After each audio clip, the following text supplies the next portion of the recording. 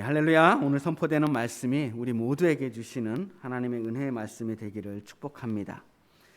오늘 드디어 사도행전에서 마가의 다락방의 성령 임재 사건 이후로 가장 큰 사건이라고 할 수 있는 사울의 회심 이야기를 함께 나눠보려고 합니다.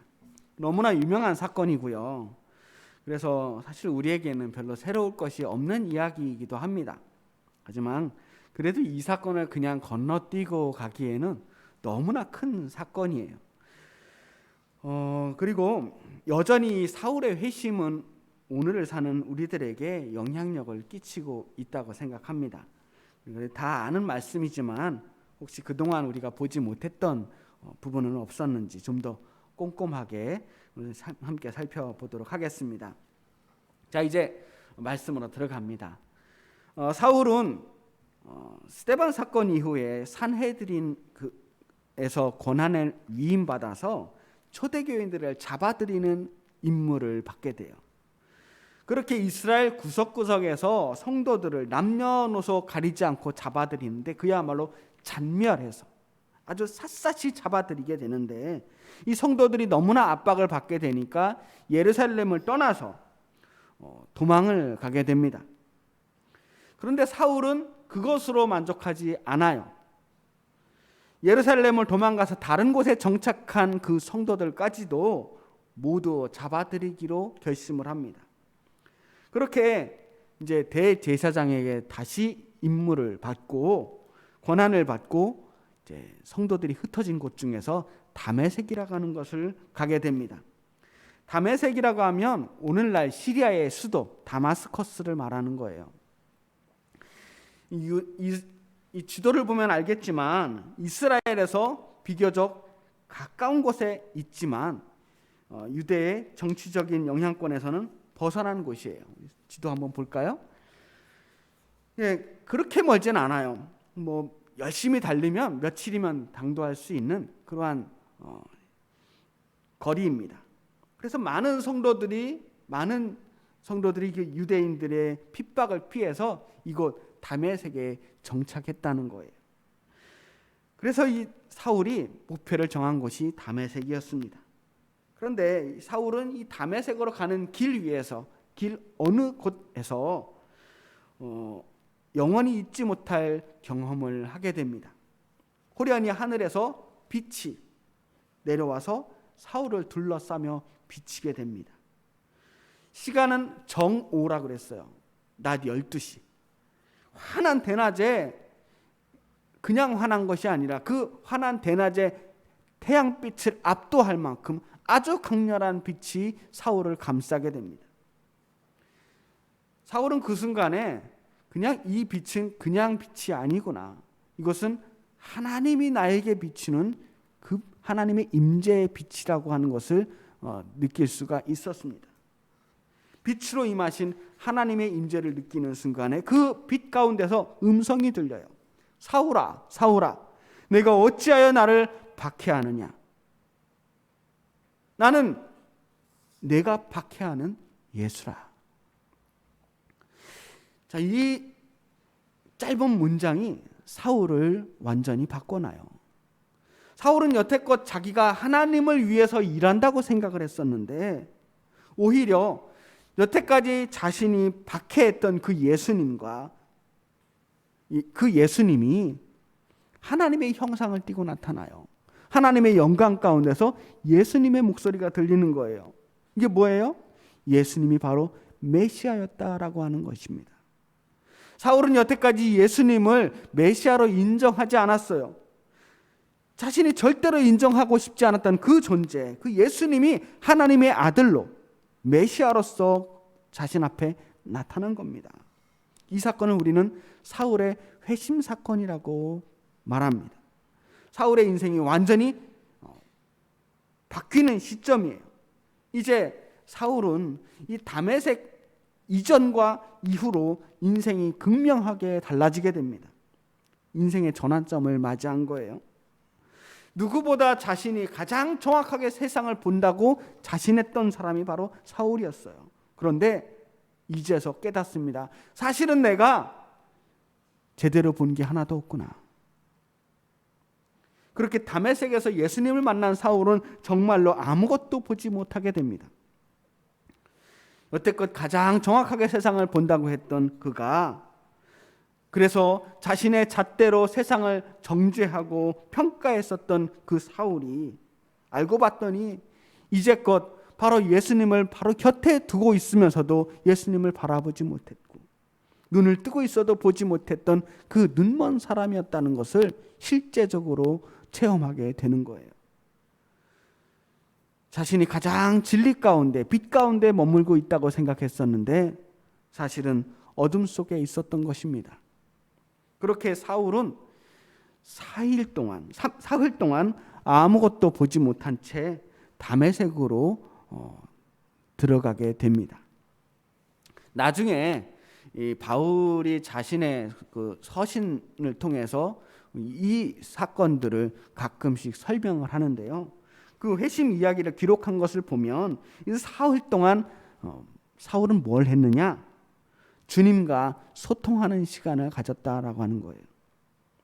구체적으로 예수님과 어떤 대화를 나누는지는 알 수 없지만 이 사흘 동안 보지도 못하고 먹지도 못한 채 오직 주님과 소통하는 시간을 가지게 되었다는 거예요.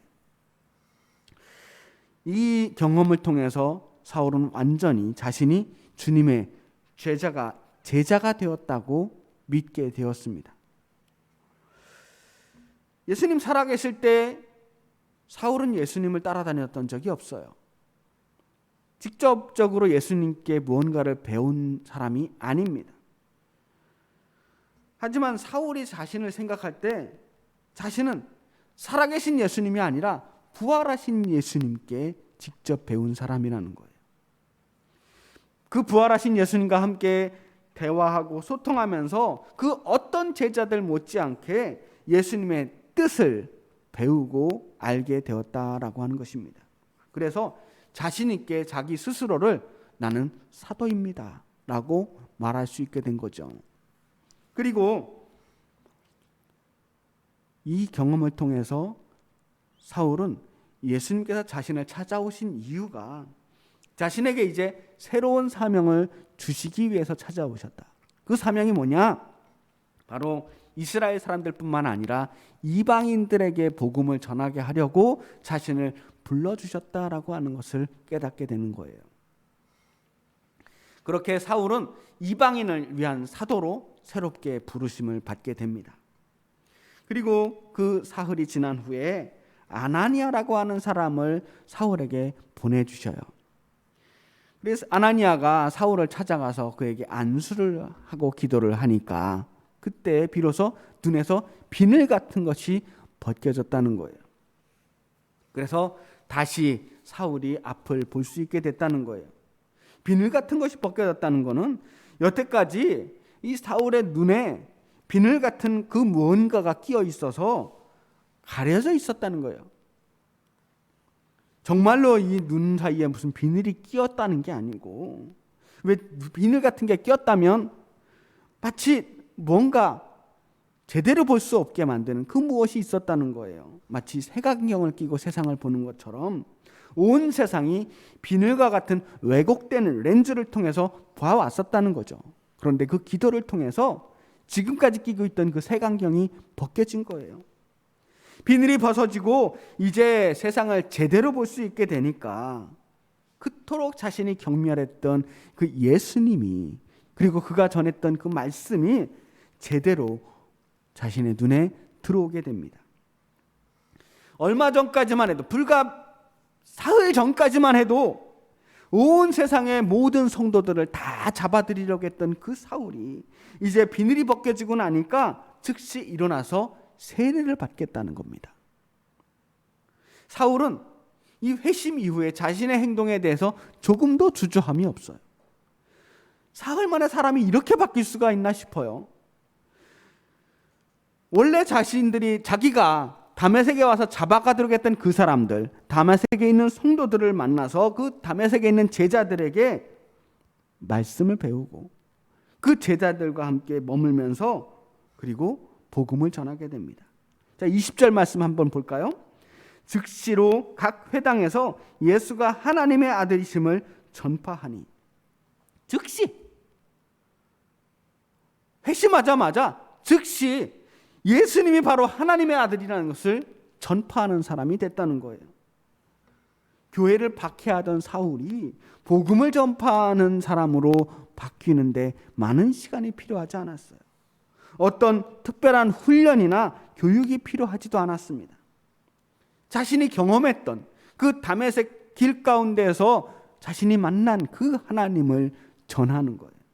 자기가 알고 자기가 경험했던 것을 그대로 전하는 것입니다. 내가 만난 그 예수님, 내가 다메섹 길가에서 만났던 그 예수님이 하나님의 아들이었다고 선포하는 겁니다. 사람이 갑자기 이렇게 바뀌면 주변 사람들이 참 믿지를 못하잖아요. 바울이 그렇습니다. 일단 다메섹에 있던 사람들이 먼저 놀라요. 자신을 잡으러 온다는 소문이 들렸을 거 아닙니까? 혼자 온 게 아니고 많은 무리들을 이끌고 왔을 텐데 이스라엘에서 지금 다메섹으로 우리를 잡으러 오는구나 라고 두려워하며 있었을 그 제자들에게 갑자기 그 사람이 변해서 180도 변해서 이상한 모습으로 다가오니 얼마나 당황했겠습니까? 더군다나 이 사람이 갑자기 복음을 전하기 시작해요. 그래서 유대인들이 당혹했다라고 표현을 합니다. 당혹했다. 그런데 사울은 아랑곳하지 않고 복음을 전합니다. 자, 여기서 중간에 살짝 짚고 넘어가야 될 부분이 하나 있어요. 이게 사울의 이름입니다. 우리가 흔히 이제 다메섹에서 주님을 만난 후에 사울이 변하여 바울이 되었다라고 말합니다.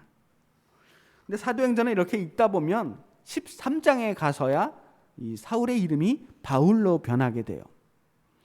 뭐 그렇다고 해서 오늘부터 나는 사울이 아니라 바울로 부르겠습니다라고 뭐 이렇게 공식적으로 이야기하는 장면이 나오는 건 아니에요. 그냥 사울이라고도 하는 바울이라고 그렇게 처음 이야기를 합니다. 사울이 바울이야 라고 설명하는 거죠. 그냥 그런 계기나 이유가 특별하게 나오는 것은 아닙니다. 은근슬쩍 그렇게 이름을 바꿔 부르는데 그 이유에 대해서는 나중에 다시 한번 생각을 해보도록 하고요. 일단 저는 성경에서 명시된 대로 사울이라고 부르는 대목에서는 계속 저도 사울이라고 부르고 바울이라고 부르는 데서는 바울로 부르도록 하겠습니다. 자, 오늘은 계속 사울입니다.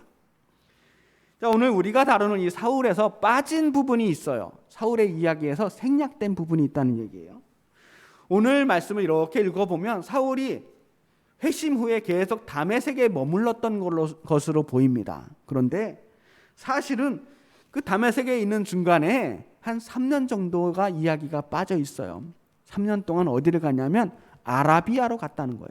아라비아는 오늘날 사우디아라비아에 있는 그 지역입니다. 사막이 많은 나라죠. 어떤 사람들은 이 바울이 이 3년 동안 아라비아에 가서 깊은 기도와 묵상으로 자신을 훈련했던 연단했던 기간이라고 말을 합니다.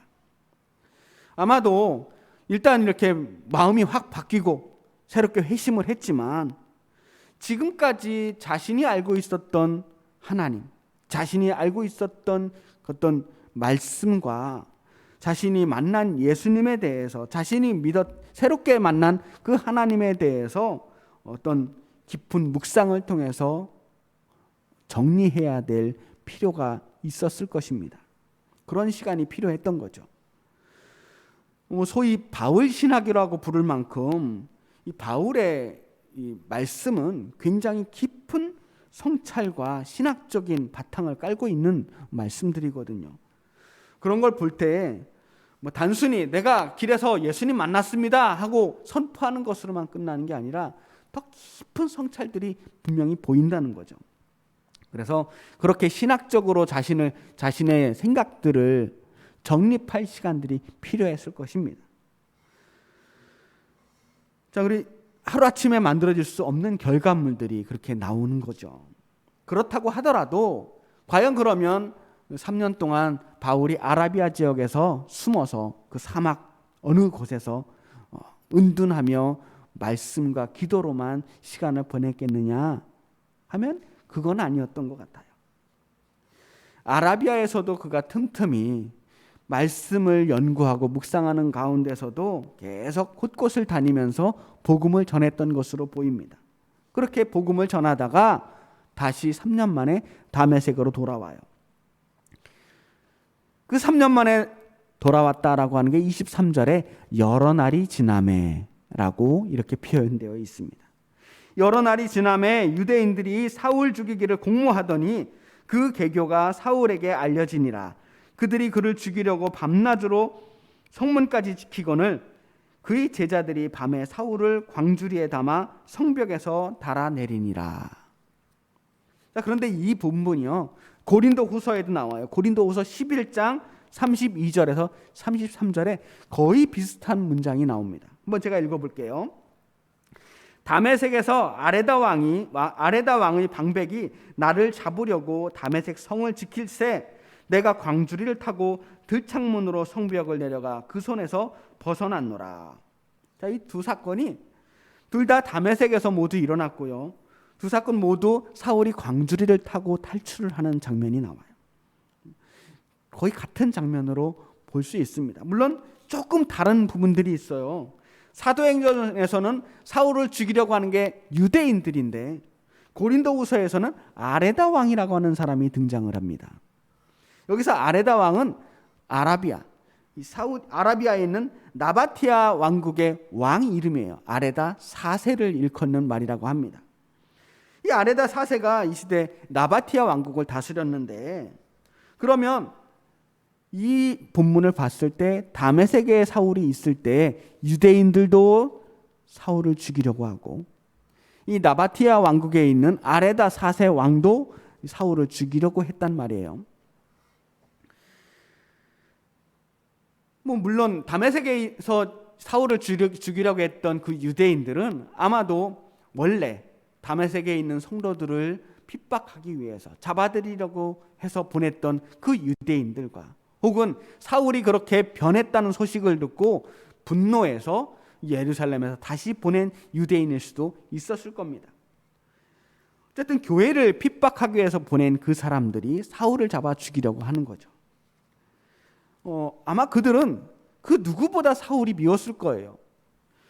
사울이 갑작스럽게 배신을 한 거잖아요. 이 사람들 입장에서 보면 그렇게 배신감에 치를 떨면서 이 사람만큼은 우리가 꼭 잡아야 되겠다는 결심을 굳혔을 겁니다. 그리고 나바티아 왕국의 왕은 왜 사울을 죽이려고 했을까? 아라비아에서 3년 동안 머물렀을 때 그가 복음을 전하면서 그곳에서 또 다른 반대자들을 만들었을 것임에 틀림이 없다는 거예요. 그래서 유대인과 아레다 왕의 어떤 협동작전으로 함께 사울을 죽이려고 했다라고 하는 거죠. 이런 위기 상황에서 사울은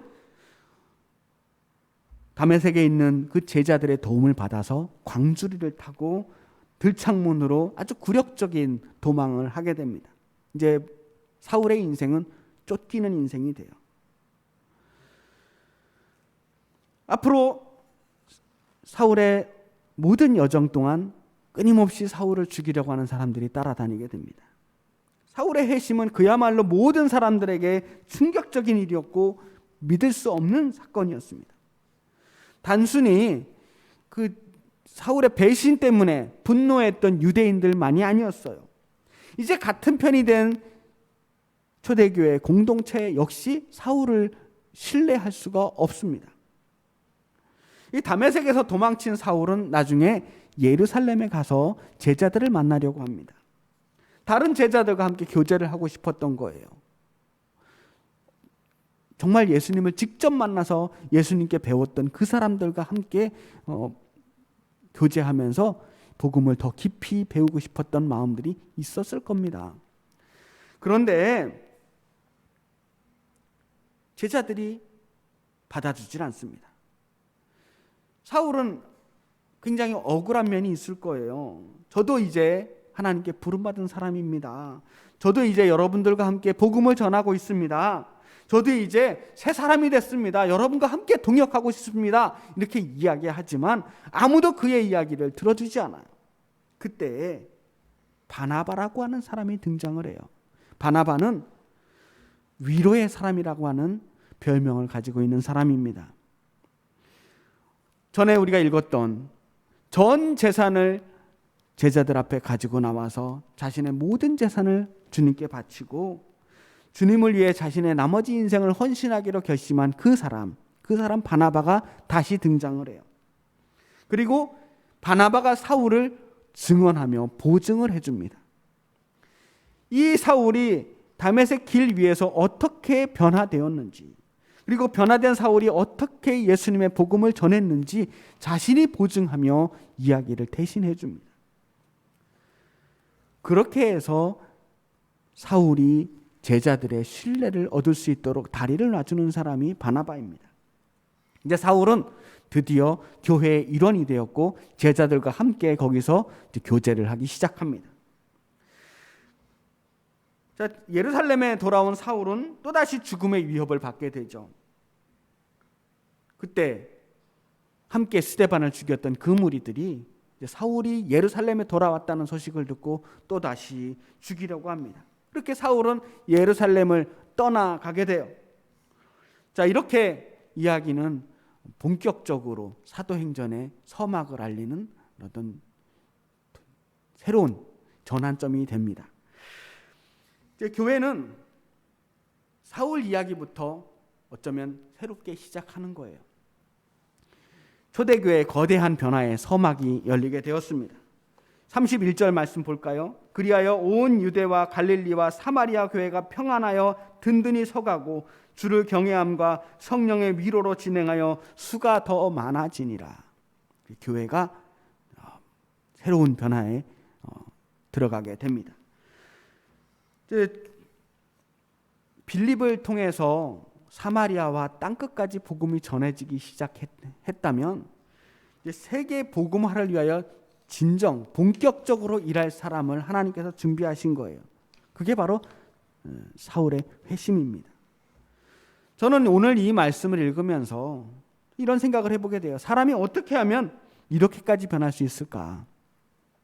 교회를 핍박하고 잔멸하기 위해서 그토록 열심이었던 사울이 어떻게 하면 하루아침에 이렇게 변할 수 있을까?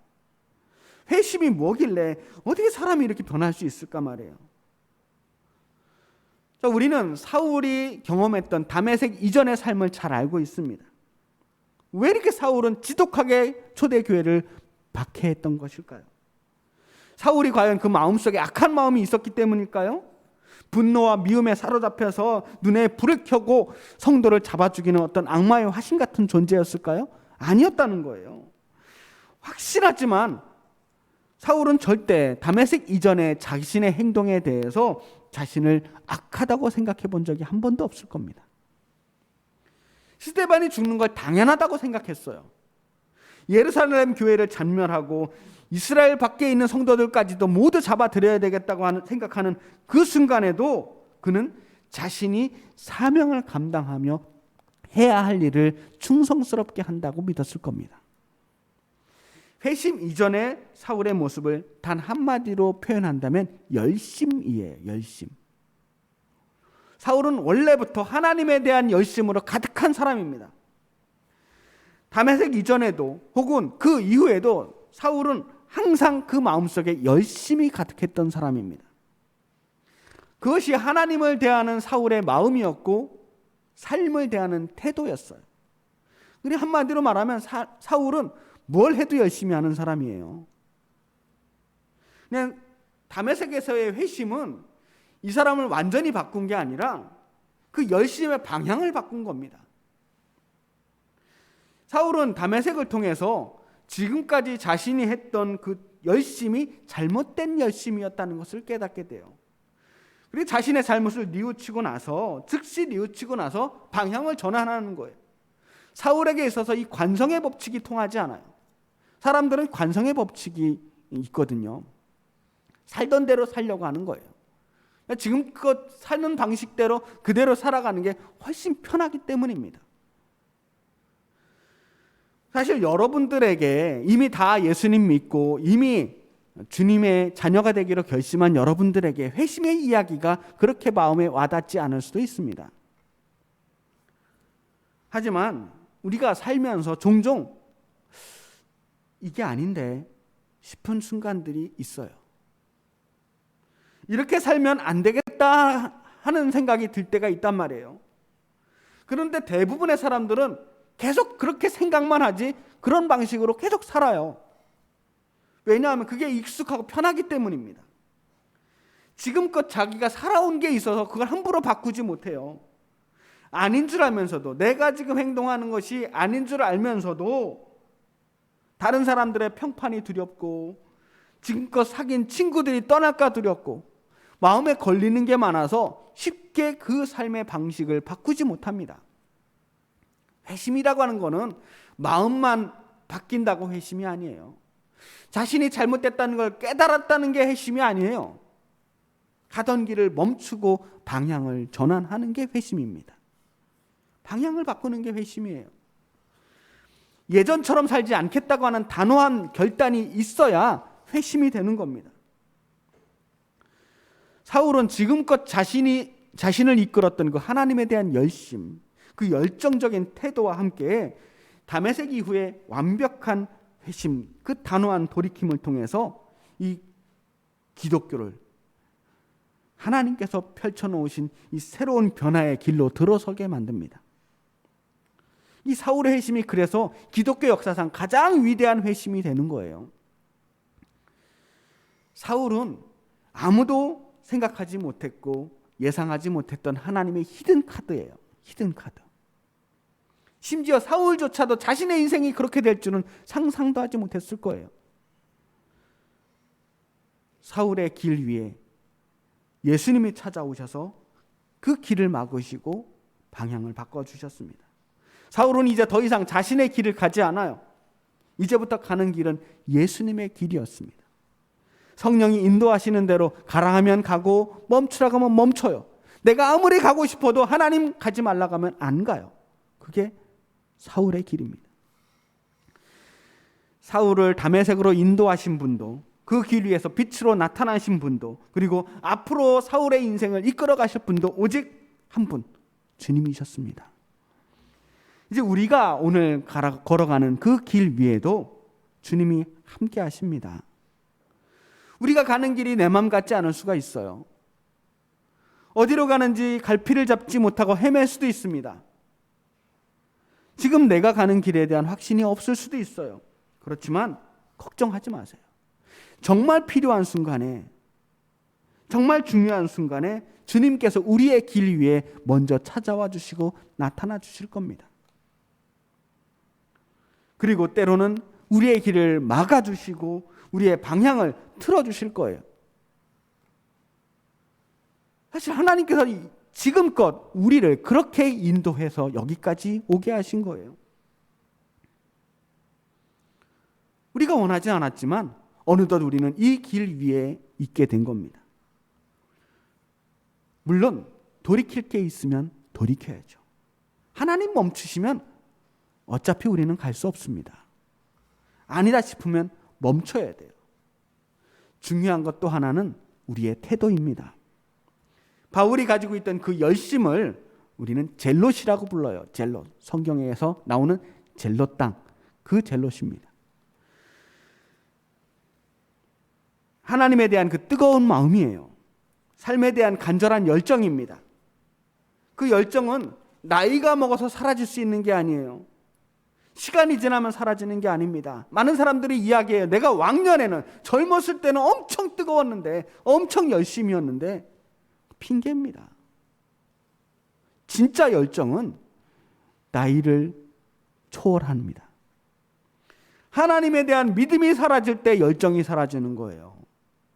하나님에 대한 신뢰를 잃어버릴 때 그 젤롯이 약해지는 겁니다. 방향은 걱정하지 마세요. 우리가 조금 잘못된 방향으로 가는 것 같아도 하나님이 다 바로잡아 주실 테니 방향은 걱정하지 마세요.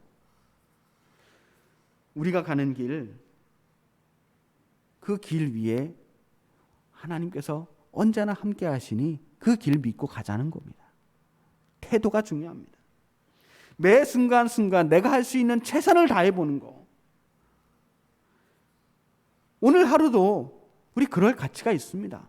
최선을 다할 가치가 있는 하루예요. 그냥 대충 살기에는 우리 인생 한 번뿐이 없습니다.